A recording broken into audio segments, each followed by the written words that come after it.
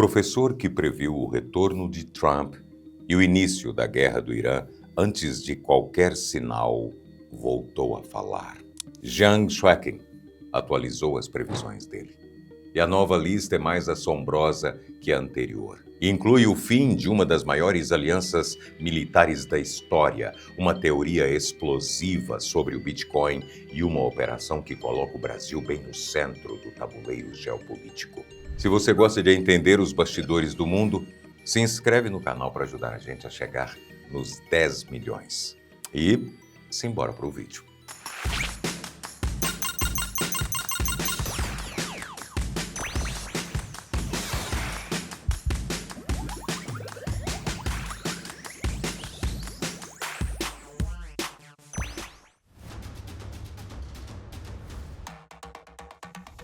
Começando pelo setor mais quente da economia mundial. Em janeiro de 2026, em entrevista ao podcast do professor Glenn Giesen, Zhang Xueqin foi categórico. A corrida bilionária por inteligência artificial está construída sobre uma miragem. E o estouro está marcado para esse mesmo ano. Para você ter uma ideia do tamanho desse problema, a NVIDIA, que é a empresa que fabrica os chips do coração do boom de IA, virou a primeira empresa da história a ultrapassar 5 trilhões de dólares de valor de mercado em outubro de 2025. Sozinha, ela representa cerca de 7% de todo o S&P 500, que é o índice com as 500 maiores empresas da Bolsa Americana.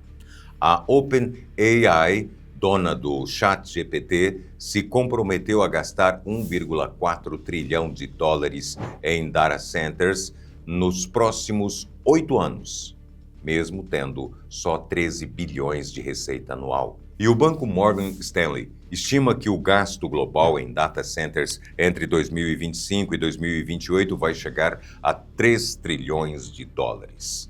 Para o professor, esse modelo é insustentável. Ele descreve um esquema que chama de negociação circular. A OpenAI fecha contrato com a NVIDIA. A NVIDIA gasta em data centers. E a OpenAI volta a precisar de mais dinheiro emprestado para continuar girando a roda. Funciona enquanto o capital novo entra. Quando para, desmorona. E o alerta já chegou. Um dos maiores institutos de pesquisa econômica dos Estados Unidos, o National Bureau of Economic Research, publicou em fevereiro de 2026 um estudo mostrando que cerca de 90% das empresas que adotaram IA não viram impacto real em produtividade.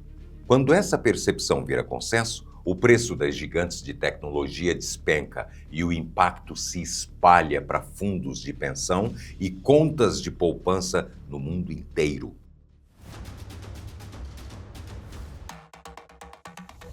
Isso nos leva direto para a próxima previsão. Se a bolha de IA estourar, o efeito imediato seria sentido nos índices que sustentam aposentadorias do mundo inteiro.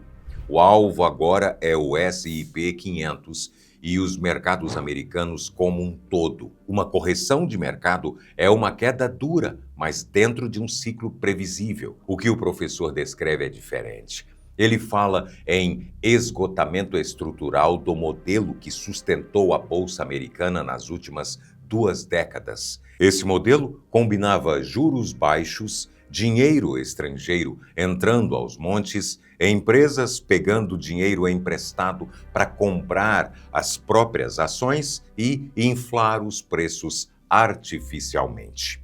E concentração crescente em poucas gigantes de tecnologia. Cada uma dessas pernas, segundo ele, está sob pressão simultânea. Os juros subiram. O dinheiro estrangeiro está saindo. E o setor de tecnologia depende de um fluxo de investimento que pode parar a qualquer momento. Zhang projeta uma cascata. Se o S&P 500 tem queda profunda, Fundos de pensão precisam vender ativos para honrar resgates, bancos precisam realocar capital, empresas adiam projetos e o detalhe que pouca gente percebe: aposentadorias do mundo inteiro estão atreladas ao S&P 500, não só americanas, brasileiras, europeias, japonesas, sul-coreanas. Quando Wall Street treme, o tremor é global. Agora chegamos a uma das teses mais polêmicas do professor. Em entrevista no podcast de Jack New, Jiang Schweiking afirmou que o Bitcoin não foi criado por um gênio anônimo, e sim por agências de espionagem e inteligência dos Estados Unidos. Ele cita Pentágono, Agência Nacional de Segurança e Agência Central de Inteligência. O analista fez a gente parar para pensar 3 perguntas. Primeiro de tudo, quem teria capacidade técnica e recursos para construir um sistema como o Bitcoin de forma anônima e ainda entregar de graça para o mundo? Depois, quem se beneficia mais com um registro público onde todas as transações ficam gravadas para sempre? E o ponto mais curioso, por que o algoritmo central do Bitcoin, chamado SHA-256, foi originalmente desenhado pela própria Agência Nacional de Segurança americana? Informação pública e verificável? Para o professor, as respostas se cruzam. Um sistema que parece descentralizado, mas com transparência total, seria a ferramenta perfeita para mapear fluxos financeiros e rastrear adversários. É importante deixar claro que a tese é altamente contestada.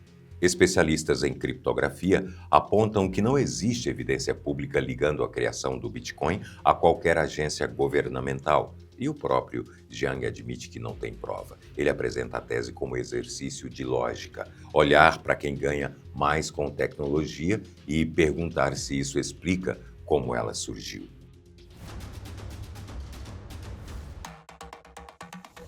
Saindo da economia e indo direto para o coração da política americana, o professor afirma que o modelo de poder em Washington se transformou no que ele chama de Estado mafioso. A ideia por trás do termo é simples. O governo parou de escolher pessoas pela competência técnica e passou a escolher pela amizade e pela lealdade política. Na visão dele, a base profissional do governo americano está sendo esvaziada. Diplomatas de carreira, servidores experientes e militares com décadas de bagagem estão perdendo espaço. No lugar deles, entram figuras escolhidas por proximidades com o centro de poder, não por trajetória profissional. Decisões deixam de seguir um processo estável e passam a depender de quem é amigo de quem. As consequências práticas já aparecem. Programas que precisam de continuidade, pesquisa científica, ajuda externa, planejamento militar, começam a travar dependendo da posição de cada figura no jogo interno. Aliados internacionais perdem a referência sobre quem realmente fala em nome do governo americano. O analista projeta que essa erosão chega num ponto de colapso até o final de 2026.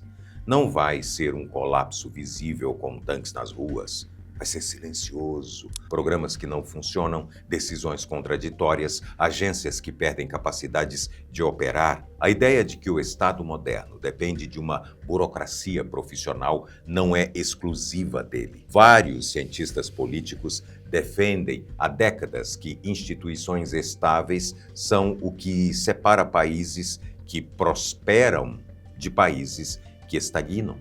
E Jiang vai além. Afirma que esse processo americano já passou do ponto em que ainda seria possível voltar atrás sem ruptura.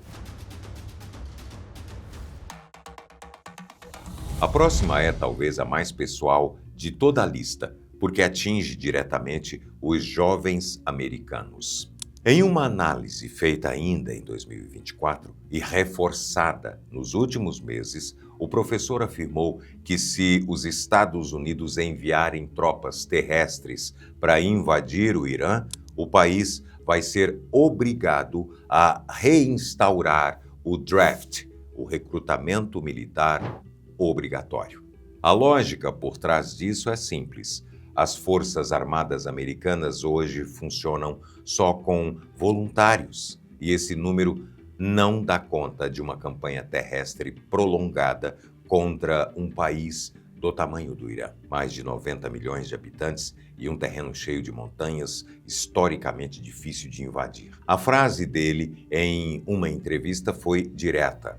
Se eu tivesse que adivinhar, acho que não vão tentar operações de bandeira falsa. Acho que vão ter um draft de verdade e acho que isso não vai funcionar. Operação de bandeira falsa, no jargão militar, é um ataque encenado para justificar uma resposta, algo que poderia ser usado para vender o draft à opinião pública americana. Ele cita um cenário ainda mais polêmico: a possibilidade do governo americano oferecer aos imigrantes ilegais uma escolha: voltar para a América Latina ou ir para o Irã e ganhar cidadania para a família em troca de combate. É uma especulação dele dentro do modelo de teoria dos jogos.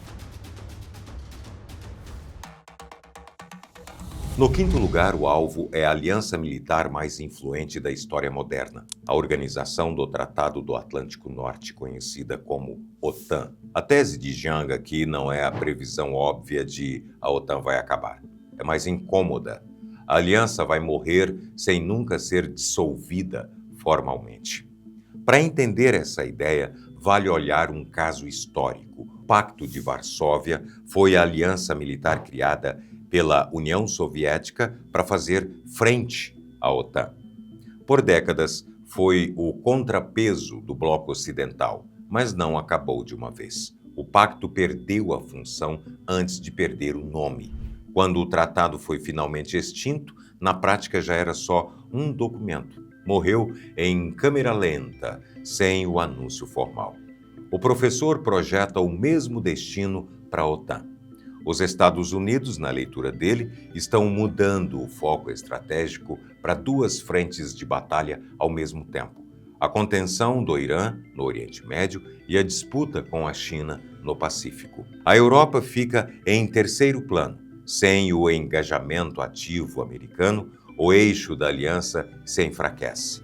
Cada país europeu passa a tratar da própria segurança de forma fragmentada. O sintoma mais claro disso é a guerra na Ucrânia. A Europa não consegue se desengajar do conflito, mas também não consegue garantir uma vitória militar clara. A previsão envolve algo sutil e perigoso, uma aliança que continua existindo no papel, mas perde a capacidade de coordenar uma resposta real quando precisar. Agora, falando em jogo geopolítico, eu vou aproveitar para indicar uma leitura que joga muita luz nas próximas previsões: Prisioneiros da Geografia, do Tim Marshall.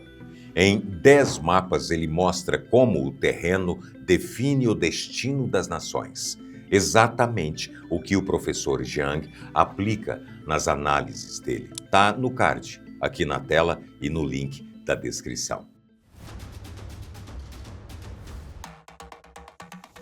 Quando se fala em tensão asiática, o foco do mundo é a disputa entre China e Estados Unidos. Mas, em um podcast gravado em janeiro de 2026, o professor apontou um eixo diferente, que considera mais perigoso no curto prazo: a rivalidade crescente entre China e Japão. O estopim, segundo ele, foi uma fala da primeira-ministra japonesa Sanai Takaichi. Em 7 de novembro de 2025, no parlamento japonês, ela afirmou que um bloqueio naval chinês a Taiwan constituiria uma situação que ameaça a sobrevivência do Japão. É uma fórmula técnica, mas Pelas leis de segurança que o Japão aprovou em 2015, isso permite ao país exercer a chamada autodefesa coletiva, que basicamente é o direito de entrar em combate para defender um aliado. Foi a primeira vez que um primeiro-ministro japonês, em exercício, vinculou explicitamente a segurança de Taiwan à sobrevivência nacional do Japão dentro do parlamento. O Japão saiu da Segunda Guerra com uma constituição pacifista. Por décadas, manteve postura defensiva, evitando declarações que pudessem soar como provocação. Esse era um divisor histórico. Quando uma chefe de governo cruza essa linha publicamente, é mudança de doutrina. Pequim leu como escalada. Jiang prevê que essa rivalidade vai se desdobrar em vários planos. Disputa por rotas marítimas no Mar do Leste da China, tensão em torno da soberania das ilhas Senkaku, chamadas de Diaoyu pelos chineses, um arquipélago administrado pelo Japão, mas reivindicado por Pequim há décadas. Atritos em torno da Zona de Identificação de Defesa Aérea, que a China declarou unilateralmente em 2013 sobre a região e que o Japão, até hoje, se recusa a reconhecer. E pressão diplomática crescente em fóruns internacionais. A rivalidade não é nova. Só estava adormecida sob a ordem americana do pós-guerra. Com o pivô dos Estados Unidos para outras frentes, as tensões mais antigas voltam à superfície. Quando a gente pensa na vulnerabilidade dos países do Golfo Pérsico, a primeira coisa que vem à cabeça é o petróleo. Mas o professor Jiang tem outra leitura, bem mais perturbadora.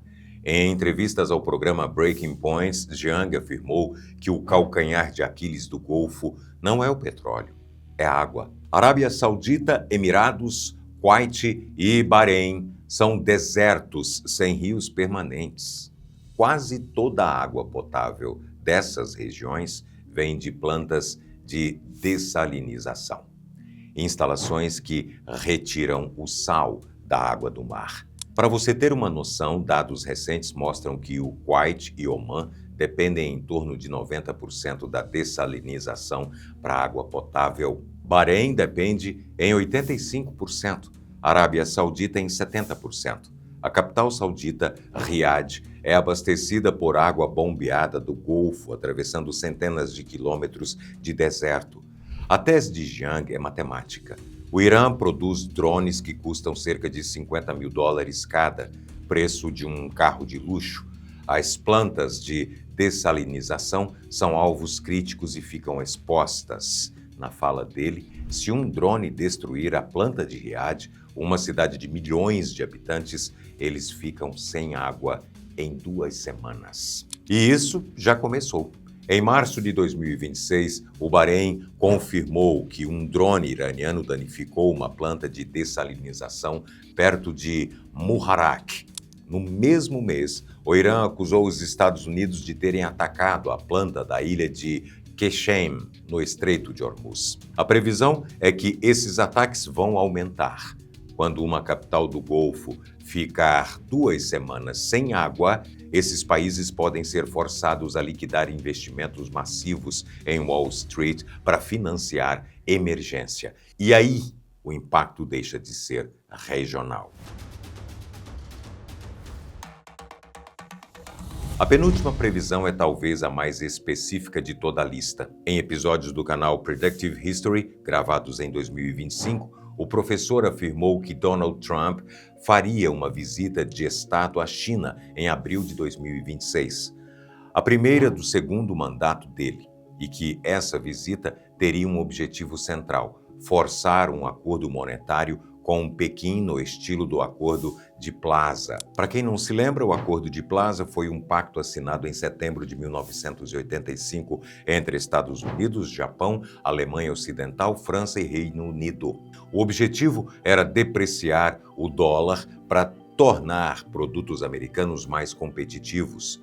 O efeito colateral foi pesado para o Japão, que viu o iene se valorizar fortemente, criou uma bolha de ativos no fim dos anos 80 e entrou nas chamadas décadas perdidas de baixo crescimento. A tese é que Trump quer reproduzir uma estrutura semelhante com a China, pressionar Pequim a valorizar a moeda chinesa e aceitar mudanças no sistema comercial bilateral. A diferença em relação a 1985 é que a China não é um aliado dependente do guarda-chuva militar americano. É uma potência rival com sua própria agenda. A previsão chamou atenção porque foi feita meses antes de qualquer notícia oficial sobre a visita. Para o professor, o resultado dessa cúpula vai definir o tom da próxima década. Se houver acordo, o dólar ganha sobrevida. Se não houver, o caminho para uma divisão monetária global se acelera. Chegamos à última previsão, e ela coloca o Brasil bem no centro do tabuleiro geopolítico da próxima década. Em janeiro de 2026, os Estados Unidos lançaram a Operação Resolução Absoluta. Mais de 150 aeronaves americanas atacaram alvos na Venezuela. Tropas especiais capturaram o presidente Nicolás Maduro em Caracas. Ele foi levado para Nova York e indiciado por narcoterrorismo. A vice-presidente Delcy Rodrigues assumiu como interina. A versão oficial fala em combate ao narcotráfico, mas o professor tem outra leitura. Em entrevista ao podcast Greater Eurasia, Jean cravou: o ataque não foi pelo petróleo. Os Estados Unidos não vão investir dezenas de bilhões para modernizar a infraestrutura petroleira de lá. O alvo é outro. A tese é que a operação serve para estrangular o acesso da China a recursos sul-americanos, o chamado Triângulo do Lítio, Argentina, Bolívia e Chile. Concentra cerca de 60% das reservas globais de lítio. A região tem ainda 40% das reservas mundiais de cobre e o Brasil tem a terceira maior reserva mundial de terras raras, materiais essenciais para a fabricação de chips e baterias. Em 2023, a China comprou 34% de todas as exportações minerais da América Latina. Em novembro de 2025, o governo Trump publicou uma nova estratégia de segurança nacional que ressuscitou a doutrina Monroe. Para quem não lembra das aulas de história, esse é aquele princípio do século XIX que tratava a América Latina como zona de influência exclusiva dos Estados Unidos. Para o professor, a captura de Maduro é só o começo. A próxima década vai transformar a América Latina no novo campo de batalha entre Ocidente e China. E o Brasil, queira ou não, vai ter que se posicionar. O mundo globalizado, como a gente conhece, pode estar com os dias contados. Se o professor Jiang acertar de novo, a nossa realidade vai mudar muito rápido. Das 10 previsões, qual você acha mais provável e qual delas te assusta mais? Conta pra gente aqui nos comentários. Se você curte o nosso trabalho e quer apoiar o canal, clica no botão Seja Membro aqui embaixo. Não esquece de deixar o like, se inscrever e compartilhar com aquele brother ou sister que ama geopolítica, beleza? Um grande abraço e até o próximo vídeo.